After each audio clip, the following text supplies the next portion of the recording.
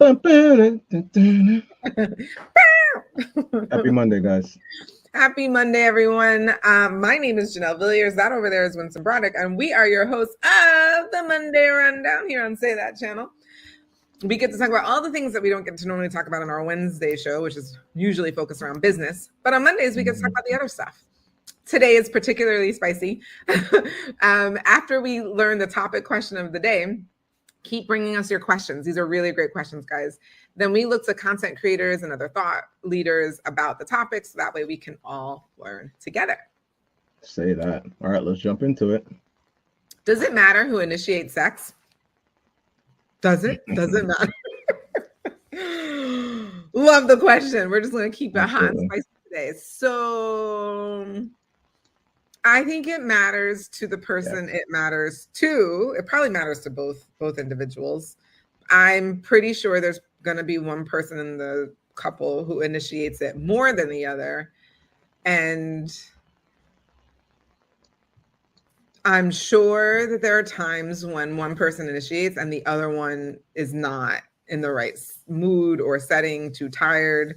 And so that could be a little painful or a lot painful, again, depending on the person and how it's handled. I think also if it's always one person, I know that one person who's always like it takes its toll. It's like, well, do you not find me attractive? Like, are you not into me? Yeah. So it's like I get it. There might be one person who does it more, but it shouldn't be always that person, right? There's the other person should also initiate as well. And then how do we handle it when the other person isn't actually in the right, whether it's headspace, energy levels, physical, whatever that is.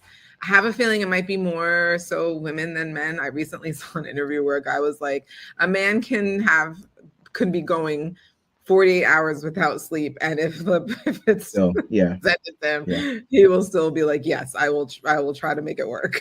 So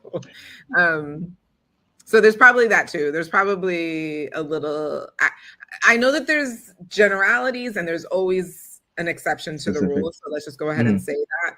In general, it probably, for that reason that I just mentioned, it probably is men initiating more than women. In general, of course, there are exceptions to the rule or exceptions to the generalities. And I don't think that it should always be men initiating. The women should initiate sometimes because men have feelings too and shouldn't always be initiating. They want to know that they feel sexy and feel wanted and desired and all of those things. And how the not being in the mood is expressed, I think, probably requires some help. And as you know, we're always going to get help from other sources and other thought leaders, and we are today. But I think that's probably the biggest thing. Like, how do we express that? Sometimes ladies need to like get in the mood too. It's not like an immediate thing. Like sometimes little things need to like take place. Set the mode. Yeah. I think I agree with a lot of what you've had to say.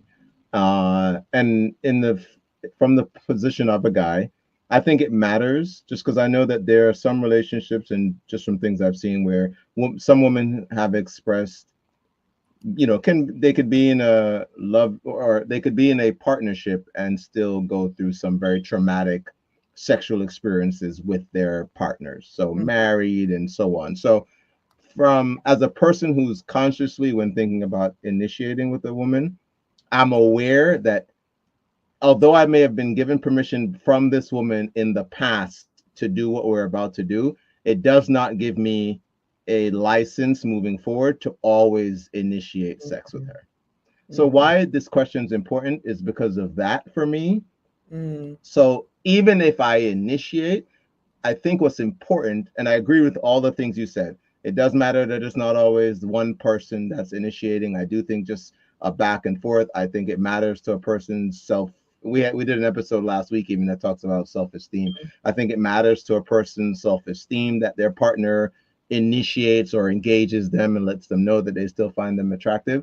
But from a male perspective, I think it's helpful to have the woman give the okay that yes, you can move forward. If I am the guy and I'm initiating, and similarly, I know it may seem, and I don't want to get all I know that men can come off obviously as masculine and all this other stuff, but I think it matters that permission goes both ways. And to your point about whoever said that they can get off of a 48-hour shift and still, if they need to do that, I think that plays a lot with when men are expected to do. Where I think we're expected to be the more sexual creatures in a relationship, and I can just say that I think it's nice to have a woman that's a sexual creature as well, especially awareness around her sexuality. I find that stuff that attractive, like a woman who knows she also engages in sex because it's an act that she wants. And why that plays a role, I know that we've talked. Have we talked about this?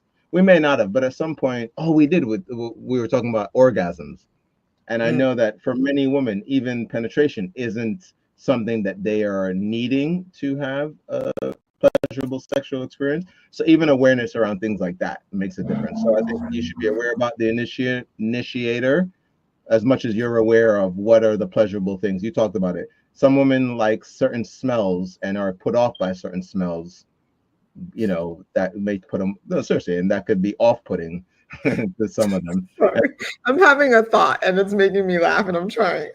No, but it's a real thing. And so whereas a guy may be comfortable with certain conditions physically on a woman and him saying, I'm still down to do it, certain women are not open to that. And so if you don't smell right or the situation don't smell right, they're not doing it. I'll leave it there. All of this is true. We are very aware sensual of our creatures. Yes, we are aware of our surroundings for better or for worse, and so even things like that can like turn us off.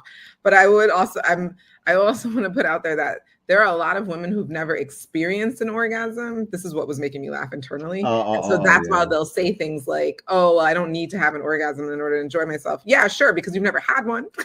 So for the women who have, we're kind of like, excuse me, like what are you doing? Like what are we doing? So, and that is a whole other thing, and I think it's a whole other episode and show about, do women really understand our bodies, and like the culture that has surrounded us that shames us for even wanting to know our bodies and knowing what us, what creates pleasure in us. That's a whole other conversation for another day. But I think you and I have talked about, at least answered the question for today. The question, yeah. I think it does matter. And who do we got today? We got the School of Life. Sometimes the School of Life gets spicy, guys. Sometimes they get spicy. I'm definitely looking forward to this one because the way they explain things, I can only imagine. Oh, yeah. All right. Here we go. School. It can seem a highly trivial subject to get so upset about, being rightly no more significant than who should open the door first or open a new jam jar first. And yet, judging from the heartache it tends to generate, it appears to matter very much indeed. It's at the root of many affairs. It is the catalyst for vicious arguments and bitterness. The long-term future of small children can be decided by it, and couples routinely end up in therapy, or more often the divorce courts, because of it. At the heart of the drama are all the complexities involved when late at night, in the darkness, one person's hand moves over to tentatively touch the other's body in a way that signals a desire to initiate either sex or a cuddle, and nothing much happens in return. This move ends up being so much more fraught than one might imagine because it has so little to do with making love. It is about knowing that we are wanted. The willingness to initiate sex can appear like the litmus test of whether one is appreciated within the relationship as a whole, and therefore whether a couple remains a going concern or not. For one person never to initiate, or else merely to respond half-heartedly to caresses, is tantamount to declaring that they cannot possibly love the person they are with. In truth, a lack of initiation or response can mean many things. It may, at points, simply be a sign of exhaustion after a long day of childcare or work at the office. Sometimes an untouched hand is just an untouched hand. The real problem in the ambiguous darkness of the bedroom is not a lack of reciprocation per se. It is the way that ambiguity is interpreted, the way that assumptions are formed without discussion and grave offences taken without the topic having first been aired. Beneath this lies a more pernicious problem still: shame. Unreciprocated touch becomes properly dangerous when it comes into contact with a high degree of self-suspicion or self-hatred on the part of the person who has dared to slide their hand across. What might merely have been judged an innocent or temporary lack of enthusiasm comes to be taken silently and automatically as evidence of something far more catastrophic, proof that the other person finds us disgusting.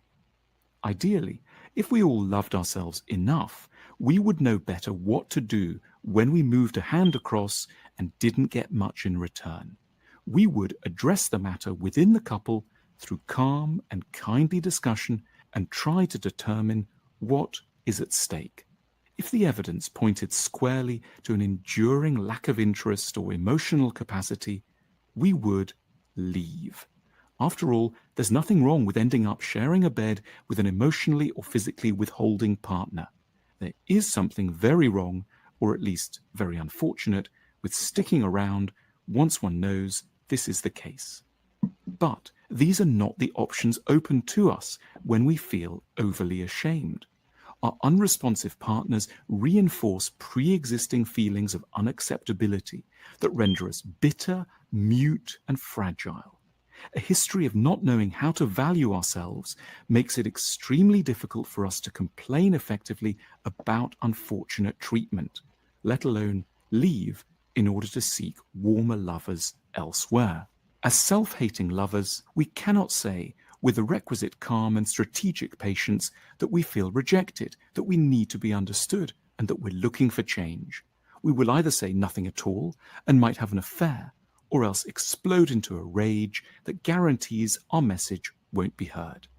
In the tensions around unreciprocated touch in the bedroom, we catch sight of a more general problem in love: the difficulties created when we aren't able to ask for what we want in a relationship, when we suffer from a sense that we don't deserve to be happy and cannot handle frustration or respond to our misery adequately. We should not leave the untouched hand for too long in the darkness. We should dare to switch on the light, express our pain, and consider our options without shame. Our Pillow Talk cards help prompt us to share our intimate desires. To find out more, follow the link on your screen now. That was really great. Yeah. Once again, School of Life is able to break down certain things that seemingly seem really difficult and complicated. And it's what I was hinting at earlier about, like, it's how the rejection is handled. Yeah. And I totally relate to the, oh, well, like silently just feeling like, oh, this proves it. See, I'm unlovable. I'm unworthy. Yeah. Like, and then that proof, like, then makes me not want to say anything. Like, I don't deserve to say anything. I don't deserve to speak up and be like, to do anything about it. Like, for sure, this made me, and for the longest, I had always, not maybe assumed, but that people are voicing their displeasure in relationships. But I can definitely think back on a few times myself of being in experiences like that and internalizing what they're, especially when they showed the little image turn his face away. I was like, oh, I've done that before. So not said anything. I don't know if I was so negative to myself, but I probably was in some sense. Like, oh, here we go again. Some not. I don't believe I had a positive response for sure to it. So I could relate to what they were expressing. That it's the not feeling comfortable enough to say, hey, this is going on, or this happened last night, whatever. So this was really good. A lot of helpful tools in this really, one. really helpful. For sure. Look, if this helped you, let us know. Please put in the comments. This is super spicy. Have you ever been rejected? Do you internalize it? Are you in a relationship right now where you're like, oh my God, for the first time ever, I'm actually able to communicate with my partner, and it's been like such an amazing, freeing experience? We want to know all the tea. Say that. Say that. Don't forget to like, subscribe, and to ring that notification bell. And we will see you next week. Until then, as always, remember that you deserve the good life. Say that. Say that.